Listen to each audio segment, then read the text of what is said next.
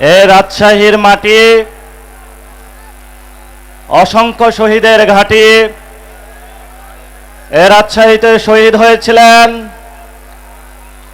শহীদ নোমানী ভাই থেকে অসংখ্য ভাইরা, যাদের পথ ধরে রাজশাহীর অসংখ্য তরুণ এখনো প্রস্তুত রয়েছে আগামীর বাংলাদেশে ইসলাম এবং সার্বভৌমত্ব রক্ষার জন্য জীবন বাজি রেখে তরুণ যুবা মায়ের থেকে বিদায় নিয়ে রেখেছে। যদি বাংলাদেশে ইসলাম মুসলমান সার্বভৌমত্বের উপরে কোনো আঘাত আসে, তারা শহীদি নজরানার জন্য প্রস্তুত আছে ইনশাআল্লাহ।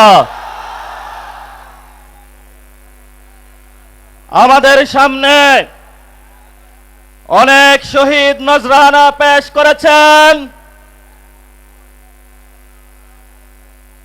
এই তো কয়েকদিন আগে আমাদের সামনে আমাদের প্রিয় ভাই আবু সাঈদ মুগ্ধ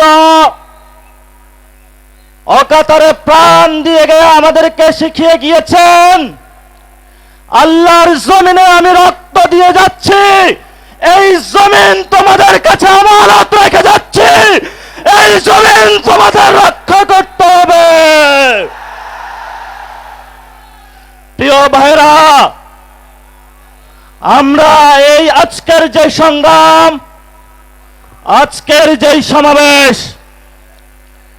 এটাতে কোনো চাঁদাবাজির টাকার জন্য আসি নাই, কোন সন্ত্রাস করার জন্য আসি নাই, কোন দখলবাজি করার জন্য আসি নাই। আমরা আল্লাহ, তার রাসূল সাল্লাল্লাহু আলাইহি ওয়াসাল্লাম এবং 47-এ যারা শহীদ হয়েছিলেন, 71-এ যারা শহীদ হয়েছিলেন, 24-এ যারা শহীদ হয়েছিলেন, তাদের আকাঙ্ক্ষা বাস্তবায়ন করার জন্য এসেছি।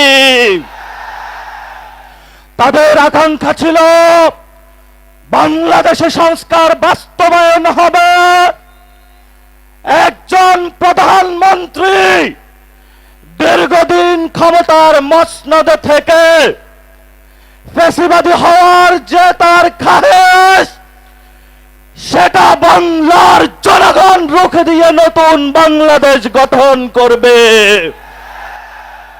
অসংখ্য ভাইয়ের এখনো পায়ে গুলির বুলেট লেগে রয়েছে, কারো হাত নাই। অনেক মা সন্তান হারিয়েছে, অনেক বাবা সন্তান হারিয়েছে।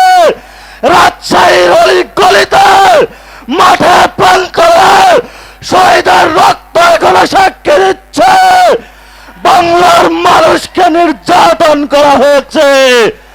এই ইলেকশনে আমাদেরকে ভোট চুরি করা হয়েছে। আমরা বাংলাদেশের স্বার্থের জন্য চুপ থেকেছি, কিন্তু আগামী লোকাল গভর্নমেন্টে শহীদ জিয়ার সন্তান তারেক রহমানকে হুঁশিয়ার করে দিচ্ছে, যদি ব্যালটের উপরে কোনো হাত বসে নয়, সেই হাত আমরা ভেঙে চুরমার করে দিব। আমরা ধৈর্য ধারণ করছি, ধৈর্যের বাঁধ ভাঙবেন না। একটা ভণ্ড, প্রতারক, মুনাফিক মানুষের কাছে প্রতিশ্রুতি দিয়েছে সংস্কার বাস্তবায়ন করবে, এখন সে মুনাফিকি চরিত্র ধারণ করে জনগণের সাথে গাদ্দারি করছে। আমরা অতীতে অনেক গাদ্দারদেরকে শাস্তি দিয়েছি। ইনশাআল্লাহ বাংলার মাটিতে যদি গণভোট বাস্তবায়ন না হয়, সংস্কার বাস্তবায়ন না হয়, বাংলার মাটিতে এদের বিচার হবেই হবে ইনশাআল্লাহ। শেষ কথা যেটা, পশ্চিমবঙ্গে গেরুয়া পতাকা এসেছে, আমরা এখানে আছি ইনশাআল্লাহ প্রস্তুত। সবাই প্রস্তুত আছেন? হাত তুলে সবাই দেখান, সবাই প্রস্তুত আছেন? বাংলাদেশের মুসলমানরা কাউকে ভয় পায়? আমরা কাকে ভয় পাই? আমরা একমাত্র আল্লাহকে ছাড়া কাউকে ভয় পাই না। অসংখ্য শহীদ আমাদের সামনে আছে, শহীদ হব, জান্নাতের বুকে ঘুরে বেড়াবো তোমাদের জন্য। তোমাদের মতো 2 টাকার মতো আমাদের জীবনের মূল্য না। শেখ হাসিনাকে নিয়ে আসবো এই দেশে, ফাঁসির কাস্টে ঝুলাবো।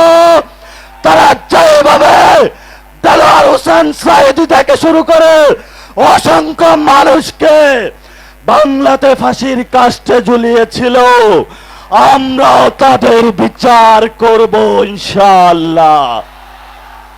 শেষ কথা যেটা সীমান্তে হত্যা হয়, উনি বলে সবার আগে বাংলাদেশ, বলে জাতীয়তাবাদী, এটা ভুয়া জাতীয়তাবাদী। সীমান্তে হত্যা হবে, কোন জাতীয়তাবাদী বসে থাকবে এমন জাতীয়তাবাদী বাংলাদেশে প্রয়োজন নাই।